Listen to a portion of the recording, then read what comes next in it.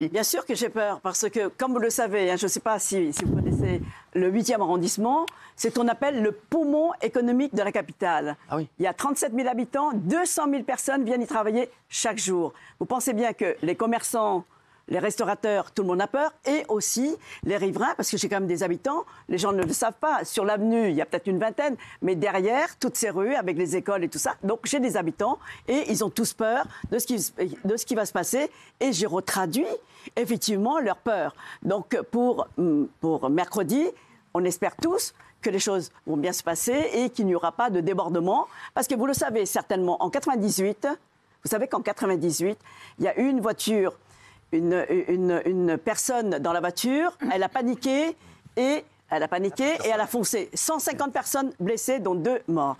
Donc c'est pour éviter ce genre de choses que je demande, premièrement, qu'on interdise la circulation entre...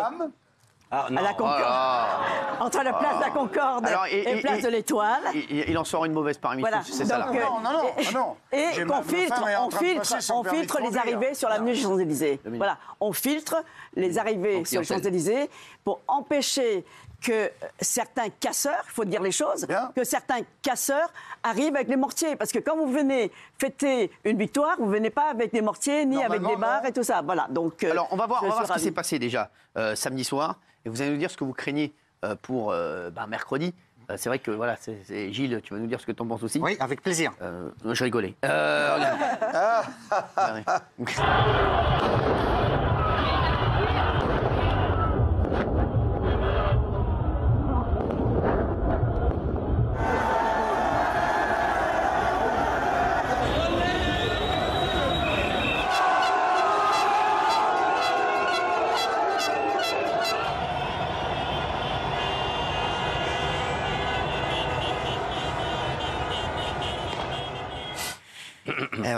Et qui dit fête dit parfois débordement.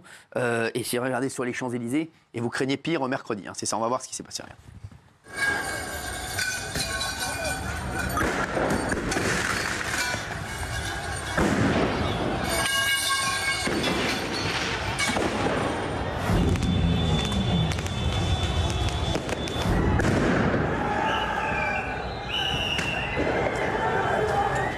C'est beaucoup, tout dépend. Si c'est 1 million qui arrive, ça risque... Ne lui parlez pas.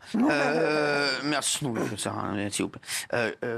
Madame la maire, oui, qu'est-ce que vous disiez, Mathieu? Non, je demandais à madame combien de CRS ils attendaient, et madame me disait environ à peu près 2000 CRS, ce qui n'est pas énorme. S'ils sont 1 million, ils seront débordés. Il y en avait 1200 samedi, en fait. Donc vous avez si jamais ils sont au-delà, donc s'ils arrivent à 1 million, je crains. Si jamais on n'arrive pas à interdire les accès, ce sera difficile à gérer pour les forces de l'ordre. Alors, vous craignez, c'est ce que vous craignez mercredi, Gilles? Tous les incidents, évidemment, ce qu'on voit, c'est regrettable, Madame la maire. Mais très franchement, le bilan de la fête après la victoire du Maroc, c'est effectivement quelques tirs de mortier inacceptables. Il y a eu 3 scooters incendiés, 2 vitrines brisées.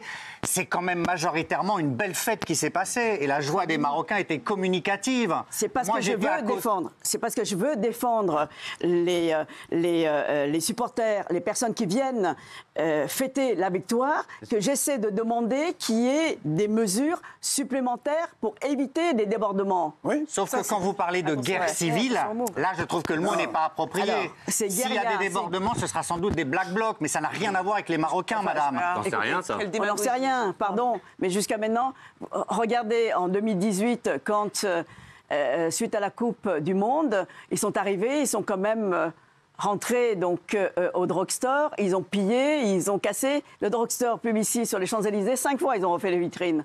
Donc, à un moment, entre les gilets jaunes et tout ce qui se passe à chaque victoire de Coupe du Monde, je ne parle pas simplement marocain, à chaque fois quand il y a un rassemblement sur les Champs-Élysées, c'est le BINS. La dernière fois, quand ils sont montés sur une voiture de sentinelles, qu'ils ont secoué les sentinelles, les mecs, ils sont quand même armés à l'intérieur. Heureusement qu'ils ont... heureusement qu'ils avaient donc la maîtrise. Voilà, donc, mais autrement, ils seraient descendus, ça aurait été une cata. C'est pour cela que je demande qu'on protège l'avenue des Champs-Élysées et le périmètre, parce qu'il y a des habitants, ils n'en peuvent plus d'avoir des gaz lacrymogènes, ils n'en peuvent plus d'avoir des klaxons. À 2h du mat', ça n'arrêtait pas. Puis surtout, ils ne respectent pas les feux rouges. Et ouais, en fait, Géraldine, la mère disait qu'elle avait peur que ce soit le sbeul. Oui. Non, mais moi, je vous écoute et je le trouve extrêmement juste et pertinente. Et en fait, moi, je trouve que c'est normal que vous ayez envie de protéger et les riverains et vos administrés. Enfin, je vois pas du tout, il n'y a rien de stigmatisant, il n'y a rien de problématique. J'entends déjà mon procès à gauche de limite c'est raciste de dire ça. Ben, en fait, non. Pardon, mais vu la tronche que j'ai, on ne peut pas dire que je sois raciste. Pas de votre part. Non, mais c'est bien, de préciser que c'est pas raciste. De ce qu'elle a dit tout à l'heure, elle a dit à chaque fois qu'il y a des manifestations sur les Champs-Élysées. Bien sûr, ça casse. Voilà, elle parle ni du Maroc, ni c'est ce que j'espérais. Voilà, donc c'est bien de le préciser. C'est voilà, si demain, voilà, et c'est vrai que. Mais je pense qu'il faut quand même. Moi, je me rappelle encore, et je le redis, les Anglais au Stade de France, Mokhtar était là. Voilà. Voilà, oui. Non, mais il ne faut pas non plus laisser ce discours et ce débat à l'extrême droite ou à Zemmour. On a le droit de dire aussi que peut-être, lors de ce match-là, à la fin, il y aura des affrontements parce que ce n'est pas un match. Oui. Non, mais c'est pas un match comme les autres. Ce sera peut-être pas que des casseurs. Parce que quand il y a des matchs, par exemple, France-Algérie ou France-Tunisie ou France-Maroc, eh ben, ça se passe pas toujours bien. On siffle la Marseillaise et tout ça. Oui, mais sauf que là, en l'occurrence, c'était pas les Anglais, c'était malheureusement les Français qui ont tabassé les Anglais. Mokhtar y était. Oui, mais Mokhtar, il a il parle pas anglais, il a compris qu'il comprenait rien. En tout cas, Darmanin a toujours dit que c'était évidemment les Français qui ont massacré les Anglais et les Espagnols. Les Anglais. Mais parce qu'elle a avec ça.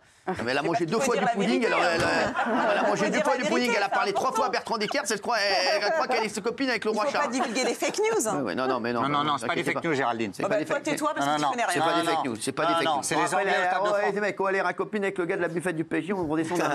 Oui, qu'est-ce qu'ils veulent? Non, mais madame, moi, c'est guerre civile qui me gêne. Ah, ben, ça y est, elle a raison, Géraldine. Non, mais Géraldine, t'avais raison. Mais non, parce que quand Géraldine dit peut-être que ce ne seront pas des Black Blocs, peut-être des Marocains, on sous-entend, Géraldine, vous sous-entendez que c'est parce qu'ils sont Marocains ou parce qu'ils auraient pu être Algériens. Mais c'est ce qu'elle vient de dire. Non, mais attendez, là, je me tourne vers Géraldine. C'est vrai qu'elle peut préciser, voilà.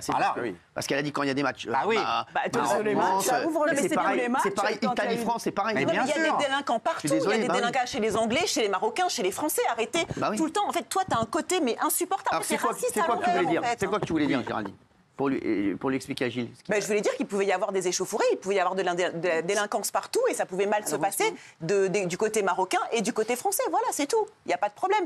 Il n'y a pas une stigmatisation des Marocains ou une stigmatisation. Mais sauf que c'est bien de le préciser quand même, Géraldine, parce que si tu jettes un petit coup d'œil sur les réseaux sociaux, il y a quand même une montée de tweets racistes, anti-marocains, en disant qu'on ne peut pas aimer le Maroc et en même temps aimer la France, etc. Il y a quand même eu une petite montée de... Je suis d'accord avec toi, Valérie. Valérie aime le Maroc et la France. Bien sûr. Moi, ma mère est née au Maroc, donc j'adore le Maroc, peut-être même plus pour le Maroc. Mon père est né en Tunisie. Vous aimez la et je t'explique, il a plein d'amis à Rabat. Je suis prête pour le Maroc, moi, donc vous voyez. Et moi, j'adore les olives. Non, mais.